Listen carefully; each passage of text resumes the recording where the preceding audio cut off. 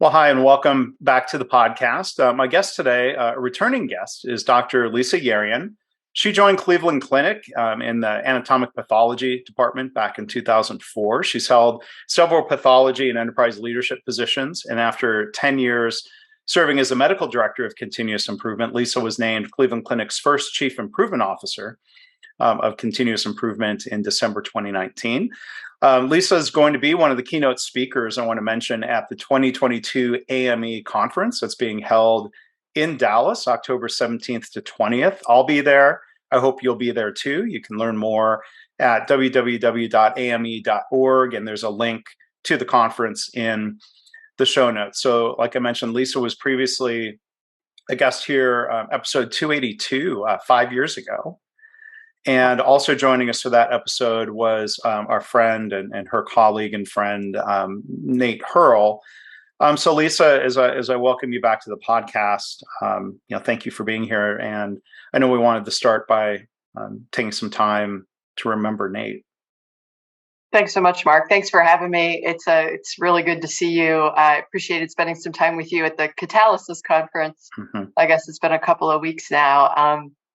And it's good to see you, and it's nice to have a time to remember Nate, and it's a little sad to be here together with Nate. Nate's really the person who introduced me to you, Mark. You might remember he very deliberately sought a conference that you would be at for the sole and attended for the sole purpose of meeting you, befriending you, and convincing you to come and visit us. Well, that wasn't a hard sell. That was a nice offer and opportunity that he and you provided. Thanks. We certainly enjoyed the partnership. I know he was a big fan of you. And one of the things that I really appreciate and miss about Nate is that he always made things fun. And so when we did podcasts with you in the past, he had a really nice combination of pushing our thinking forward with great questions and reflections and doing it in a way that was not only challenging, but really fun to be challenged in that way. So we miss him a lot. Yeah, for sure. I appreciated Nate and, admired what he was doing, what you two, were doing together, those opportunities to visit, to do the podcasts, to have some fun going out to a baseball game together. That's right. So a lot of memories, and, it's been about a year since his passing, and we do miss him, and thankfully have the recordings, including the podcast that the three of us did together, the episode that Nate and I did, episode 404. I'm going to make a bad computer joke here. It's ironic, 404 is the error code for not found, and it's I'm glad the recording is still there. We miss Nate, even though he's not found with us every day. He's remembered, and I'm sure you think about him. You and your colleagues, I know, think about him a lot. Yep, absolutely. We actually had a team picnic yesterday, and it's one of his favorite events of the year. And so nice to be together as a team, and nice to have community in which to mourn and miss him. But it's not the same without him, for sure. Yeah. So, Nate and I, he was, generous in his sharing, and what you all were doing. In that last episode, we talked about COVID times, ramping up new processes or radically different new versions of processes around mass testing and standing up new treatment options, and then the mass vaccination era. And one thing I remember, Nate didn't take credit for that. He was very gracious and generous in talking about what the organization had done, and there was a lot of great work. I know he played a big role in leading and challenging and bringing people along.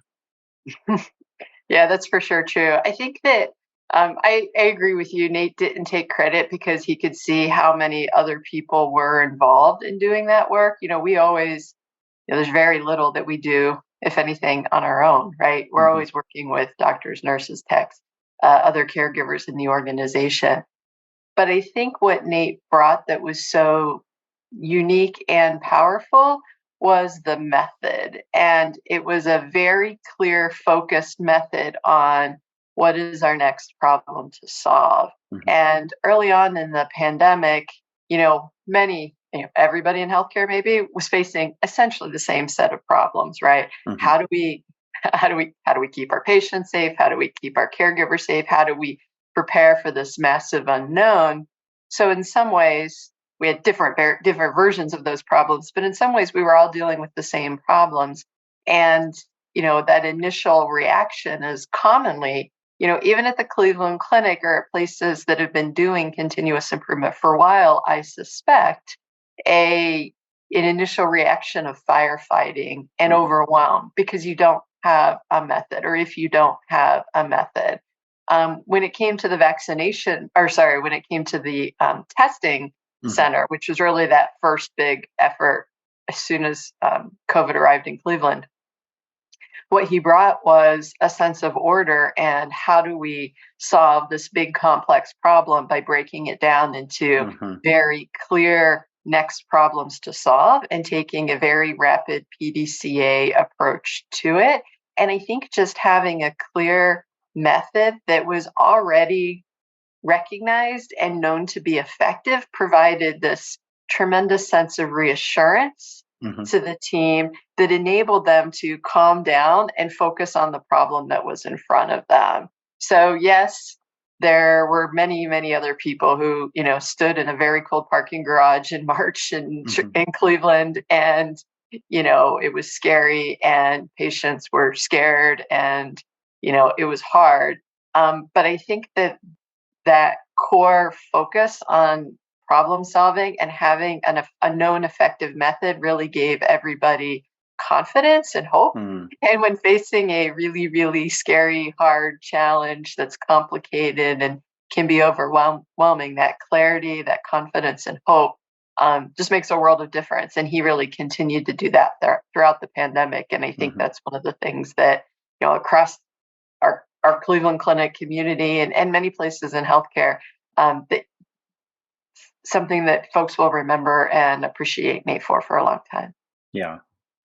And, that approach that you describe and this methodology for solving problems, is powerful. There are many that look for best practices. They look to journal articles, not to discount any of that, the right place, right time. But when you're doing kind of unprecedented things in unprecedented times, you have to develop something. And there had been, years of practice with that model. And as a recap for listeners, when did that journey begin? Before I want to come back and talk with you more about pandemic times, but when would you say that journey started?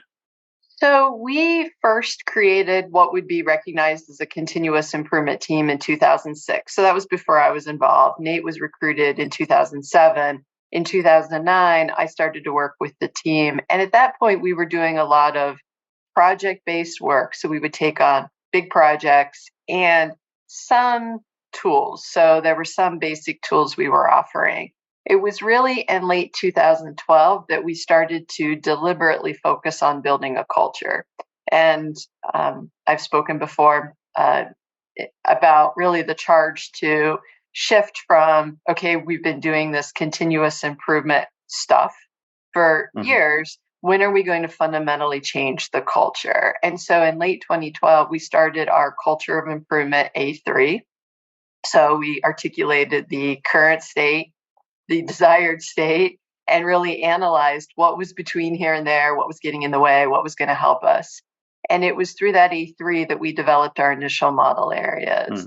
And it was really that deliberate model area work. And I want to clarify, many people do model areas for like the model nursing unit or the model laboratory testing process or something. Our model was about modeling the culture. How could we develop a way to create the ideal culture? And for us, that was a culture we defined as every caregiver capable, empowered, and expected to make improvements every day. And so when we started to work on that, we met the first team And the first thing they told us about was problems. And we found that pretty consistently. People don't come to us saying we want a daily management system or a visual management system. They face problems in their work. And so we started with problem solving. And so that was 2013, really, that we were working with that team, and evolved from the initial problem solving, which was A3 based, to how do we create a system that enables this team to continue to identify and solve problems on an ongoing way. So we developed the problem solving system, which really became the first system in our model. As that team continued to work and then other teams began to come, see, and engage, we then identified new needs or additional needs, and then centered on, over time, the 4 key systems of our model.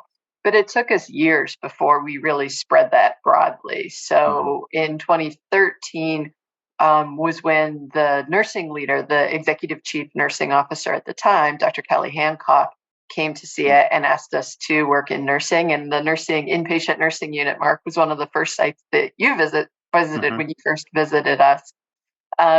It was years before we really got broad involvement, capability, traction, engagement in problem solving as a methodology. Yeah, I remember the visit, and I believe Kelly was there to kind of, continue to see what people were working on, and, to share the progress and to share the credit for all of that. So let's do some time hopping though. So let's jump ahead then. We'll maybe jump back in time. This is maybe then, early 2020, 7 or 8 years into that part of the journey around focusing on culture and problem solving. And you addressed this on stage at the Catalysis Summit. But I want to ask you, for this audience, what's your summary, looking back at how the Cleveland Clinic improvement model, continuous improvement, problem solving, lean management system, all of these different labels we could put on this. How was that helpful from your perspective during pandemic times? Yeah, good question. I would say that the 2 key systems that we found most helpful were our daily management system, so our tiered daily huddles. In 2018, we developed an enterprise-wide tiered daily huddle system to enable us to identify and solve problems rapidly, support our caregivers, and really foster this culture of identifying and solving problems or opportunities across the enterprise. That was really a dramatic shift for our organization. In reflection, I never thought about this at the time. When you're learning about, as a physician, learning about continuous improvement and lean, you hear all these things and you're like, okay, I hear this, problems are opportunities. We should, embrace problems and ask people to elevate them. But there's this very practical translation that it never became apparent to me. I can't say it's not out there, but never became really clear to me, that just sort of saying that doesn't enable people to do it, and certainly doesn't get them to do it. So there's this very practical component for elevating problems that is, okay, when do you want me to do that? Where do you want me to do that? How do you want me to do that? And then what's going to happen when I do? And none of that gets completed when we just say you should embrace problems as opportunities and you should encourage your team to bring forth problems. It's sort of something that folks could nod their head to, but never actually do. It's kind of hard, right? Like, it's like, be nice or be good. It's sort of vague. The tiered daily huddle system gave every manager and leader a very concrete time, place, opportunity, agenda, method where they could do that, right? So they would say, okay, what problems happened in our area today? They might be a potential serious safety event. It might be a patient fall. It might be a caregiver experience issue or a patient experience issue. People needed to bring those forth. So there you were as a manager asking for that. And then people bring it to you. There's your ideal opportunity to embrace it and say, thank you for bringing that forward. Let's talk about it. Let's whatever your next step is, your method is, what do we understand about root cause? You can move into the coaching kata, but it provided that anchor. And because it's scheduled, it gave you time to practice being that type of problem embracing leader on a regular basis. So that foundation was in place.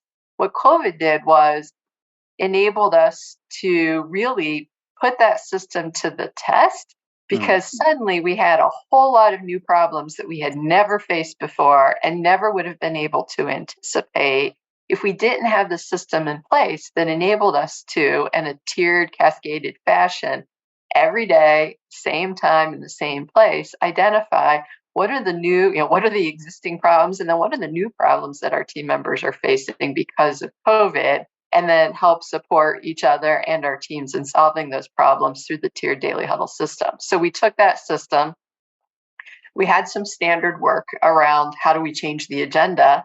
We accelerated and modified that standard work, because before it would take us weeks to make a change. We made it changes within hours to say, okay, now we need to know how many patients do we have with COVID? How many are under investigation? Because at that point we were treating them essentially as though they did. How many caregivers are out with COVID, and how do we aggregate that information across the entire organization? So we were able to pivot that very quickly, and people were like suddenly leaning into huddles much more heavily, because now it was sort of, have to know. There's so much urgency around COVID, infections are at stake, lives were believed to be at stake, and in some cases were. So there was this sort of clinging to the system that we had, and kind of celebration of something that, in the prior couple of years had been built, but really hadn't had that urgency around it. So I'd say one is the tiered huddle system. We had also built the problem-solving systems. Again, they were typically systems around which teams would huddle once a week or every couple of weeks. They would huddle at their Kaizen board and talk about what were the problems in front of us. And in A3, I shared this at the summit also, and A3 would, in some cases, be done through a collaborative A3 problem-solving program where we would spend a lot of time teaching people how to, do a root cause analysis or how to analyze their data. And that was basically a 3-month program. And so we had kind of unwittingly created this expectation that it takes 3 months to solve a problem. Now we had this urgency, which enabled us to really pivot to say, no, we don't need 3 months. Like, in fact, there's no way we can take 3 months to set up a testing site. We're going to do this within, I think we did it in 4 or 5 days. But that you can use that methodology. What was good that we had in place was an acceptance of the methodology. So folks believed, for the most part, believed in the methodology as an effective way to problem solve. They didn't see how agile it could be, how rapidly we could apply it. And so COVID really gave us an opportunity to say, okay, and we can use it very acute, with these very acute problems, we can use it really quickly. Those would be, I would say, the two main ones, the two most important ones. And then the idea of, PDCA as part of the problem-solving methodology, this, we're not going to have time to perfect anything, or to your point, wait for somebody else to develop a best practice or go search the literature. We just have to try something. And then when we see how it works, make it better. And so throughout all the problem-solving activity, we were trying to make our performance visible, leverage standard work, do PDCA, so that we could continue to improve the way that we were doing it. But I think having those foundational pieces in place meant that we didn't have to spend a lot of time talking about how were we going to share information, how were we going to identify problems, how were we going to solve these problems. It was really our core method, and it was how do we adapt these to solve these types of problems at this pace, which is we mostly hadn't had to in the past. Yeah. So what I hear you saying, I hear you talking about two key things, importance and urgency, right? So the urgency of having to solve problems quickly, having to iterate quickly, having to move forward, even if we think, well, it's not perfect, but we have to do something, and we can iterate our way through anything that comes up, urgency. But then on importance, if I'm remembering correctly, one thing that you said in your discussion with John Toussaint and John Shook at the summit, I'm paraphrasing, but I remember you saying, correct me if I'm wrong or elaborate on this, that something to the effect of, if you're giving people a countermeasure that's not really a countermeasure to a problem that they care about, the adoption of that countermeasure might not be as enthusiastic. To your point earlier, nobody speaks up and says, "Hey, we want a lean management system." They might not. They might also not ask for a countermeasure like daily tiered huddles, but it sounds like the importance of those huddles during COVID times would pique people's attention. And if they didn't already believe it, I'm sure there are people who did believe it through their existing practice to say, well, these huddles are now critically important. We're all in on participating and making the most of it. Fair to say? Yeah, fair to say. I appreciate that you brought forth my comment. I've seen that over and over again. And I think some of us who are in the business of change kind of wander around asking, why isn't anybody interested in my fantastic countermeasure? And your countermeasure might be fantastic, but in some cases, people need to feel like they have a problem. Nate actually used to talk a lot about this book that it was called something like The Little Red Book of Sales that he loved. And I have a Xerox copy because he Xeroxed it because he wanted me to read it over and over again. And it's really about like understanding what is the customer's need or what is the customer's problem. And sometimes when people aren't interested in our countermeasure, you think about in some way, pretty much everything that we offer or sell is a countermeasure to something. We default to trying to tell people how wonderful the countermeasure is. And, if I'm not experiencing a problem, then I don't really care. Like a countermeasure, all of our countermeasures though cost, even if you have your internal team, they cost your time, your energy, your focus. Those are finite resources, particularly in a healthcare environment and particularly today. So even if you're going to help as a CI person, that leader's got or the manager, that caregiver's got to invest something. You're much better off to understand what are the problems they are facing. And then when you can attach that countermeasure to a problem they've experienced, that's when it really becomes something that's attractive to them. Yeah. And I found the book here. I'll put a link in the show notes. The Little Red Book of Selling, 12.5 Principles of Sales Greatness. That makes me curious. That's a good subtitle. It makes me curious. Why is it 12.5? You should read it. Nate would be thrilled. But yeah, gaining acceptance, to change is a complex process to help people work through. Going back to maybe kind of what you said earlier about going back to 2012, like I could hear the A3 thinking. You described this A3 of a culture of improvement. I appreciate that you started with a description of the current state and then a future state, and then that gap kind of helps then influence what do we work on, or how do we break down that problem and start making progress. I hear people all the time, we'll talk about a future state, or they'll have sort of a vague goal of, we need to transform the culture. I'm like, all right, from what to what? And they might articulate the future.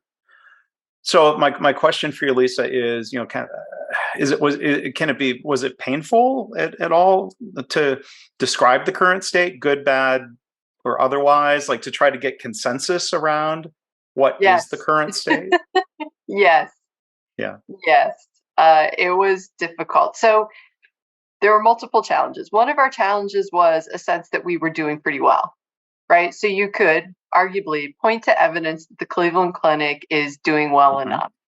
So why should we build this culture? What does a culture of improvement even mean when you already kind of have a culture of excellence, right? I don't think many folks would say we have a culture of complacency at Cleveland Clinic. So we have a culture of excellence, sort of.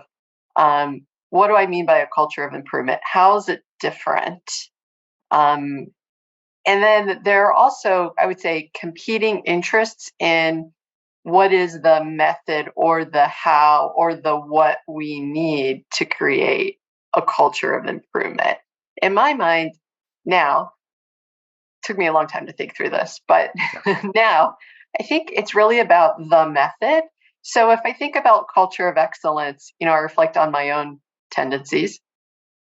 I was always, somebody who was trying to achieve and make things better, make myself better, perform better, whatever.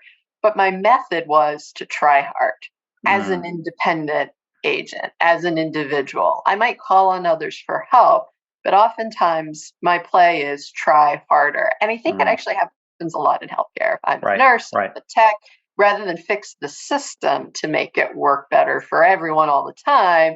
I figured out my own ways. And if you talk to people, a lot of them say, well, this is the way I do it because it works a little better. This is the way I do it because it works a little better. Or I always do this or whatever. And people end up becoming exhausted. What I hear is this works for me. There you go. Is that the key criteria now, right? Right. And and if you have nothing else, then what works for you, if you have no other options, right? If you have no method to figure out what works best or most consistently for everyone, then that's what it ends up being. So it's a culture of improvement that's based on developing a method that's going to be better consistently or is going to consistently deliver better outcomes. I think there was also a component of we're not getting better fast enough and we're not going to be able to improve as quickly as we need to. So, even though we have a strong brand reputation, we perform well in some things, we certainly have very real opportunities in some of our safety, quality, patient experience metrics. And so, highlighting some of those gaps, which some folks are not thrilled or comfortable with somebody running around highlighting with her A3 and a, pencil. And then there were also folks who had been working to, I would say, foster continuous improvement or quality improvement in some way in the organization since 2006. And so me showing up and saying, okay, I'm holding a pencil around, how do we do this, really could make other folks feel threatened that the way they were doing it or working to solve that problem or close that gap wasn't enough or wasn't good enough. And so here I am, trying to highlight a problem that really is, the current state. You got to talk about the problems. Sometimes people felt sensitive about, people didn't feel good about. But I actually found that the A3, and I got the advice to do the A3 from a friend, Mark Reich, who was working at the Lean Enterprise Institute. He used to work at Toyota. He's well-versed in Lean. I didn't come up with this on my own. So having a good friend coach, incredibly important. But having a piece of paper is, a way to de-escalate pretty quickly and easily, right? So it's not, I'm showing up in a boardroom or a high-stakes space with a fancy PowerPoint that feels done and polished. It's sitting down with Lisa with this piece of paper that's very messy and watching her write and take notes and revise the thinking or the story as you're talking with her. And I found out this trick that, and I've talked about this before too, that if I'm talking with you, I would pick up a different color pen.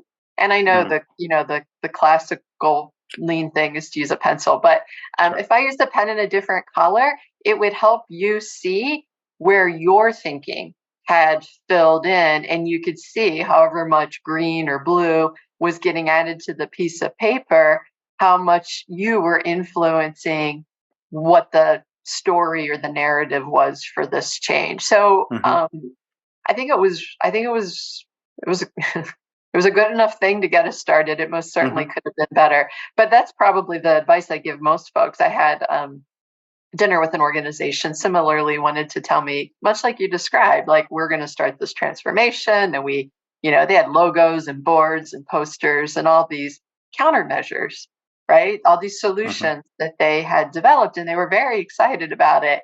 And I listened. And then as they were wrapping it up, I want to know what I thought. And I said, what is the purpose of this transformation that you're planning?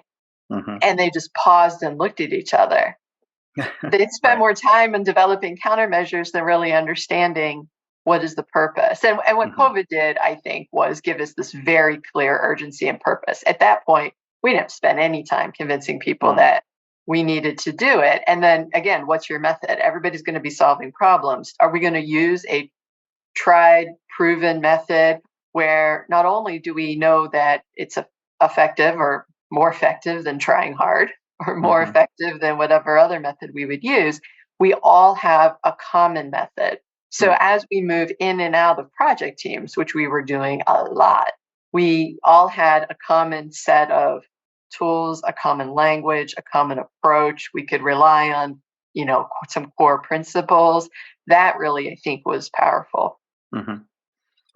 And when you mentioned purpose, I mean, that's really getting to the upper left corner of the left-hand side of the A3. Before we even dive into describing the current real reality, whether that's processes or, facts or mindsets that exist. I mean, it's probably easier to get our head wrapped around a physical process with physical flow. The flow of specimens through a pathology process can be observed more directly than these elements of culture and principles and in mindsets. So that's a good reminder to even start there. Why are we talking about this? Why is this important? To gain clarity around that. I was going to say though, back to your A3. Like I'm not a stickler on doing it in pencil or electronically or whatever, because I think it's the thinking. But maybe we'll try to find you a set of colored pencils that are all and erasable. Also erasable, or there's erasable ink we could use. I love those little clicky 4-color pens, but I don't know if there's got to be a version that's erasable. Yeah, I would expect so. I don't know. I'm not so worried about it. I'm not a stickler. I'm not a stickler for pencils, and I'm also, as you heard, catalysis, not a stickler for a literal translation of the word Gemba.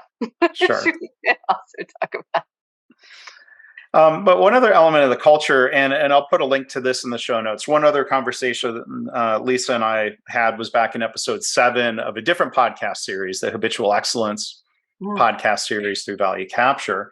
One thing that's very noticeable, not because it says things on the walls when I've had the chance to visit Cleveland Clinic sites, but there does seem to be a really strong culture of patients first, which seems like one of those pieces of culture, existing culture, current state culture, that you would want to be strengthening through any of this work that you're doing to improve the culture. Can you share, a little bit more about how you orient?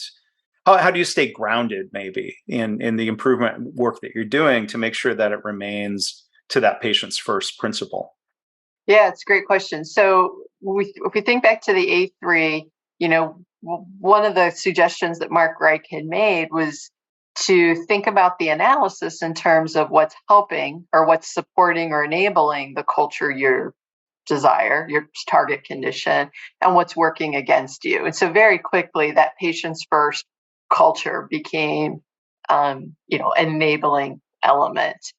And when I'd heard about and visited other organizations who were pursuing lean, it felt like that value, that emphasis on the customer was a little bit harder to create and capture in their improvement work. For us, that patient's first emphasis was already in place, which was great. I didn't have to convince people to improve. So, for example, I visited places or been asked by others, how do we get people to engage in improvement work or to want to improve? And I was like, what do you mean? And they and they were like, well, how do you get doctors, for instance? How do you get doctors to participate?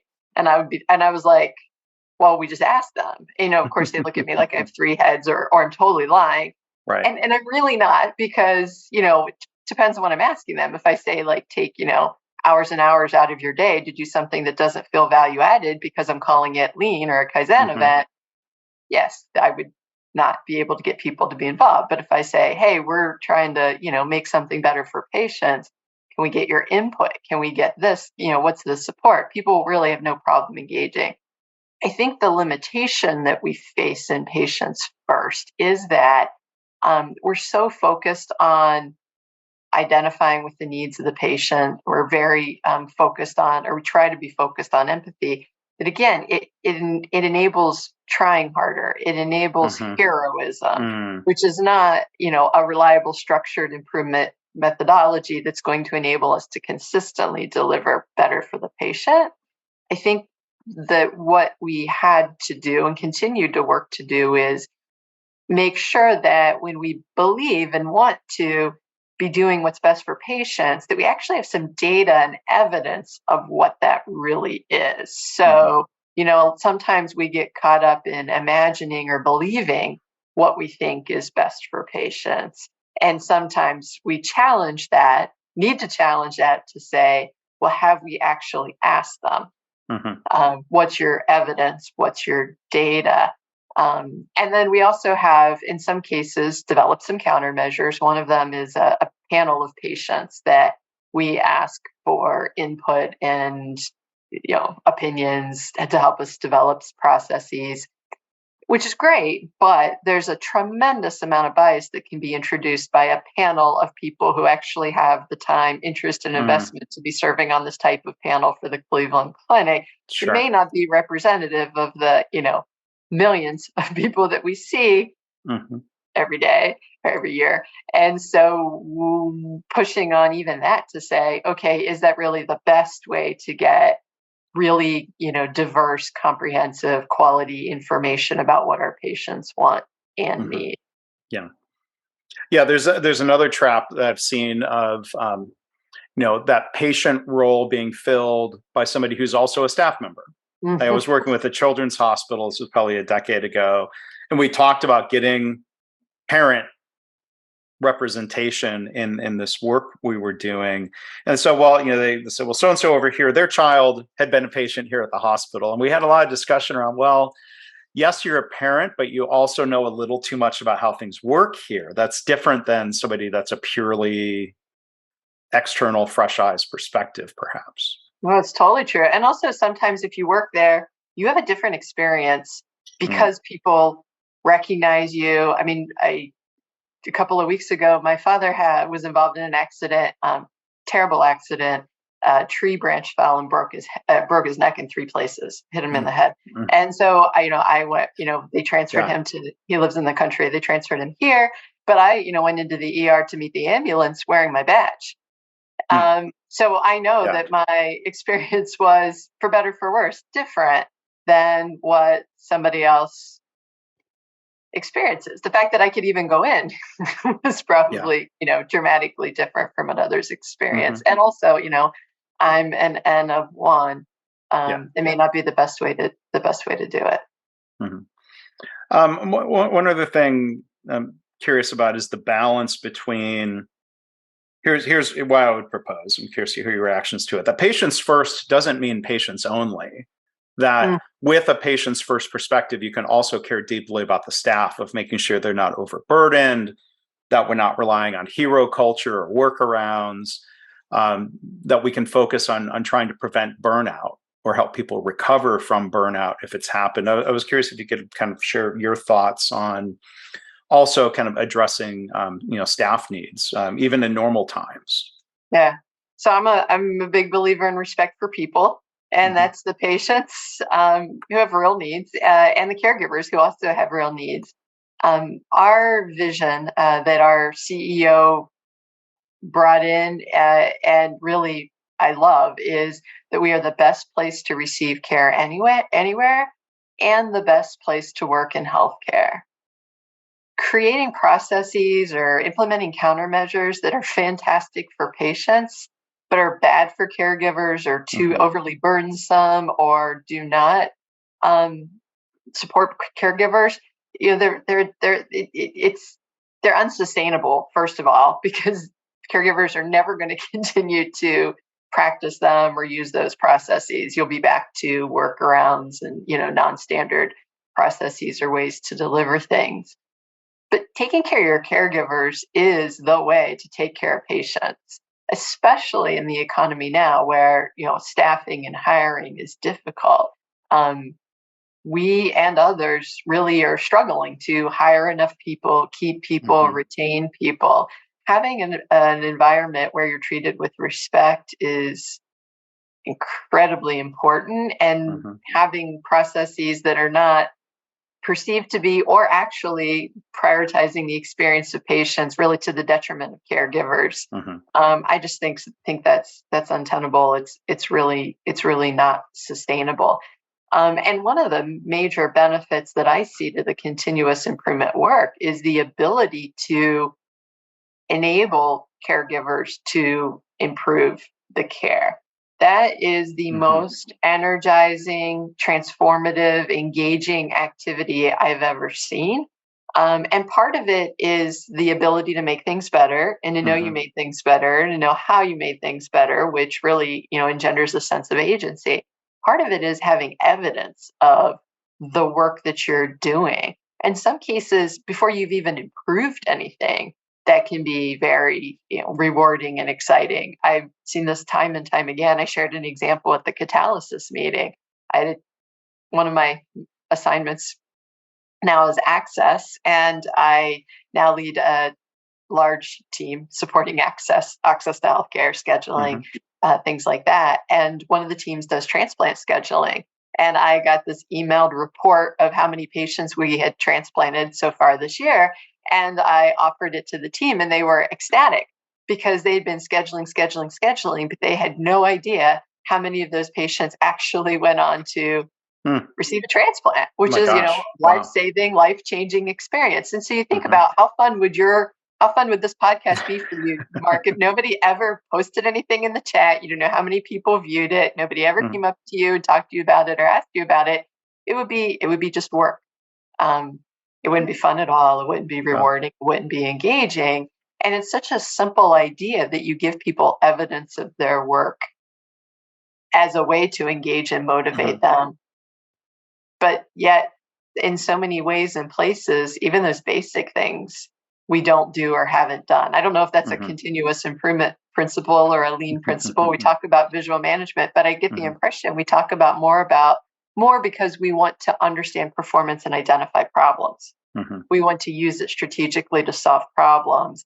I think it's at least as valuable, if not more so, to engage people in the work that they're doing, to provide meaning and to provide a sense of impact. Yeah. Well, I think it's a powerful example you shared of helping remind people of purpose and to close the loop about the impact of their work. That's really powerful. I mean, I will say, and I've said this for a long time about the podcast, that there is some inherent enjoyment. Like these are like this conversation with you. These are conversations that I enjoy in and of themselves, and the fact that I get to record and share with others is icing on the cake, if you will. Good. I enjoy them as well. The only enjoyment does not come from looking at the podcast statistics. I'm thankful for everybody who takes the time to listen and learn. It is nice when somebody does come up, though. I appreciate it when someone comes up and says hi at a place like the Catalysis Summit or the AME Conference. I'm like, hey, I listened to your podcast. Thanks for doing those. That helps. I mean, I do appreciate that. I was going to, just share. I thought when you talk about best place to receive care, best place to work in healthcare, there's, kind of kindred spirit thoughts I've heard articulated by the people at UMass Memorial Health, where the way they articulate it is best place to give care, best place to receive care. So there's those two pieces together.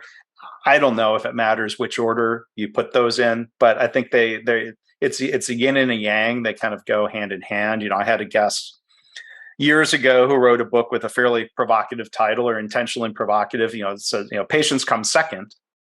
And that's the camp that says, well, if you take care of the staff, they can take care of the patients. And, I don't know if first or second matters, but both. It's not either or. You need both. Yeah. You clearly need both. Both, yes. Probably in any business or any organization, you clearly need an emphasis on both. And, can you navigate supporting both? And what's the best way to navigate supporting both? Everybody's going to face problems. Everybody's going to be solving problems. What's the method that you're going to use to make sure that you can really stay true to both? Yeah. And maybe a final topic here, Lisa, kind of touching on something that your colleague, Melissa Vandergrift, shared at the Catalysis Summit, of having a method for creating alignment up and down, side to side in the organization. It's not enough just to have this goal. We need better alignment. Okay, what does that mean? And Melissa shared about an approach, OKRs, which I think people probably more associate with Silicon Valley or startups. The book John Doerr, he's a venture capitalist. Book Measure What Matters, that talks about this OKR methodology, objectives and key results. And I was wondering if you could share either in that context or additionally, what are some of the things that the Cleveland Clinic's trying to do to build greater alignment? Yeah. So we've been, I'd say, learning and applying OKRs pretty broadly across the organization. We started with the CEO creating and sharing a set of objectives and key results that spanned our 4 care priorities: caring for patients, caring for caregivers, caring for community, caring for the organization, and then also research and education. So then after he did that, then we started to work with them at the executive team, so his direct reports. And now we're using them into, deeper into the organization, in our institutes, in our hospitals, in our divisions. I use them with my team, for instance. We have, so I've been there for 18 years. I'm not sure that we've ever really had a clearly articulated strategic plan with a real deployment focus. There were bright spots. There were places where individual leaders valued it, emphasized it, and built it. But as an enterprise, there was no kind of clear method that provided clarity on what people could attach to. And so I think what Tom did, our CEO, Dr. Tom Mihaljevic, did with OKRs is he provided his set of goals and priorities for the organization. And then OKRs really became a method that people could use to look at, your leaders' OKRs, look right, look left, and then develop what are those objectives and then what are the key results. And then, well, there's several things I like about them. One is it's not just activity or key results. It's what's the objective? Like, why do these matter? What is it that I'm really trying to accomplish here? And then it provides, if you use a template or tool, whatever your format is, it provides a common construct that we can use to bring our team together, look at them on a cadence in a repeated way, and look at each other. So we have a chief of staff, Dr. Barry Ridgway. All of the clinical institute chairs report to her. She asked them to use this common format and method so that she has maybe 20 direct reports. She's not looking at 20 different sets of goals of varying, length, format. We're all going to do it the same way so that we can be efficient in understanding what everyone's working on and looking across to see how does it all connect. So it has provided, I think, a lot of improvement in our organization in terms of alignment. It's also fairly flexible. I've seen and heard about organizations where they try to be very, very structured with like straight line goal alignment 1-to-1. I don't think that would work well for us. Our organization is very innovative. I think people would feel constrained with a very structured 1-to-1. You have to work on exactly a subset of whatever your boss is doing. And I don't think people have the patience to go through, all of the math or all of the kind of detailed work to make sure all those align. And one of the things John Doerr talks about in the book is, it's misalignment stands out.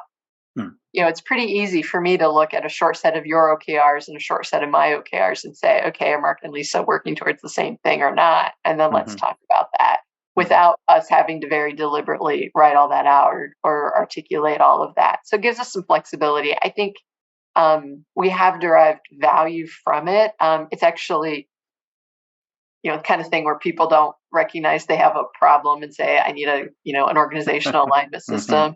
But when they start to see it, experience it, huddle around it, practice using it, they appreciate the clarity and the focus that it brings their team.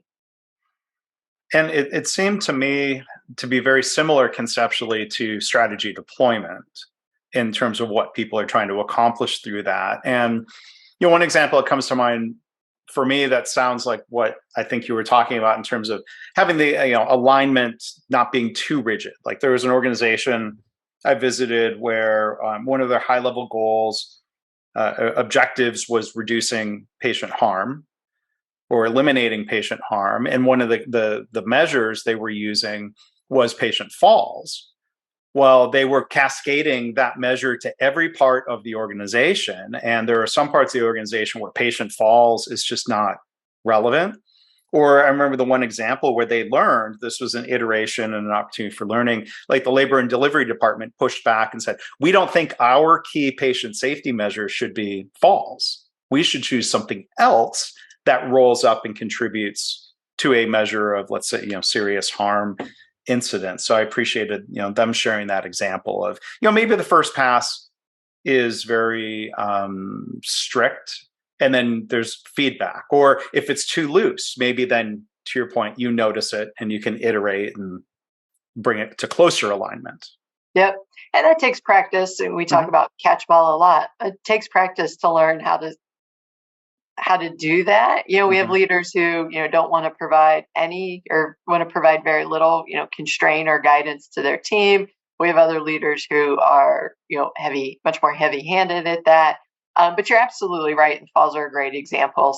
Central line infections, sepsis, mortality, things like that. Like for some parts of the organization, they have very few central lines, or sepsis isn't really an issue for their patients. You don't want to, have them have a goal that feels meaningless to them because they don't have the ability to drive it. Getting back to our sense of engagement and purpose. You want everybody focused on really what matters most in those areas. It may not be easy to draw a straight line through the entire organization to the, enterprise OKRs for every single one of those things. But that's really the leader's job to say, okay, if I'm managing obstetrics and the emergency department, I need to make sure they're both focused on what matters most in their arenas, what's going to be most impactful for their patients and their caregivers, and then how do I pull those together to make sense of it at my level, to align to what my leader does. Well, Lisa, thank you, for sharing, some of the progress and continued iteration and evolution of your approach, you and everybody there at the Cleveland Clinic. Remind everybody, look in the show notes, there'll be links to past episodes, including the episode Lisa and I did in the Habitual Excellence podcast series. Encourage people to check that out. And again, as a final reminder here, the AME Annual Conference here 2022, October 17th to 20 in Dallas.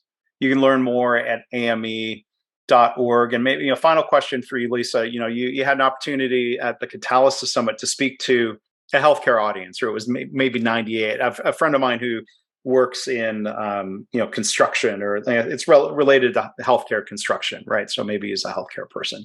We'll call it 98% healthcare people. At the AME conference, I think in past years, we'll call it 20 to 30% healthcare people. What do you plan on talking about? What's the opportunity given, kind of a broader audience of people from all sorts of different industries? Yeah, it's a great question, Mark. I think that I probably need to spend some time with the customer, with people in other industries. Some of the experience that I've had talking to folks in other industries is just curiosity about, lean in healthcare. And we may not all work in healthcare, but we're clearly all users of healthcare. And if I were, although that's a little bit dangerous, but if I were not in healthcare, if I were the customer, what I'd be interested in is like, when is it going to get better? Like, when can we really expect what we've gotten in other industries, a higher quality outcome at a lower cost, maybe, but higher quality outcome for sure. When are we going to really see that in healthcare? The airline industry has become more reliable. The automotive industry production has become much more reliable, much safer. When are we going to see these gains in healthcare? And how? How are we going to get there? Yeah. What do we need to do to get there? So that's part of what I'm going to attempt to tackle. Do you have any suggestions? Well, no, I mean, I think that I agree with you. People have a personal interest in the healthcare system, whether they're a patient or a family member is or has been, or they know they will be at some point. So yeah, I think there is that deep curiosity. And I think there's opportunities to help connect dots about culture, leadership, methodology for improvement, not just hopes and dreams of improvement, but methodology. There's a lot to learn back across other industries. My wife, who you'll have a chance to meet at AME, and she's going to be part of a panel there, learned a lot from an opportunity. John Toussaint invited her to come visit ThedaCare back in the day. And she learned a lot, particularly about strategy deployment, because it's a management process, it's a culture. And she was able to bring that back into the manufacturing space. So I know there's a lot of opportunity to learn in all directions. Good. Yeah. Hopefully share some good stories, inspire some folks, share some good learning. But yeah, I really look forward to seeing you and meeting Amy there. Yeah, well, it'll be fun. So again, our guest here today has been Dr. Lisa Yerian. Come join us at AME. You can not only hear her speak, but have a chance to ask questions of your own and chat about the healthcare system and lessons that you could bring back either to your health system or your own organization, regardless of where you work. So, Lisa, this has been a lot of fun. Let's do this again more frequently than every 5 years, maybe. How about that? I think we should do the turnabout. We could do that. Lisa had an idea of she wants to play guest host and ask me questions, right? I think your audience would love to hear Mark's point of view. Well, hopefully I'll have answers worthy of the questions, but okay, let's do that. That would be fun. I would love to talk again. Okay, look forward to that. So thanks again for being here on the podcast again, Lisa. Thank you, Mark. Enjoy your day.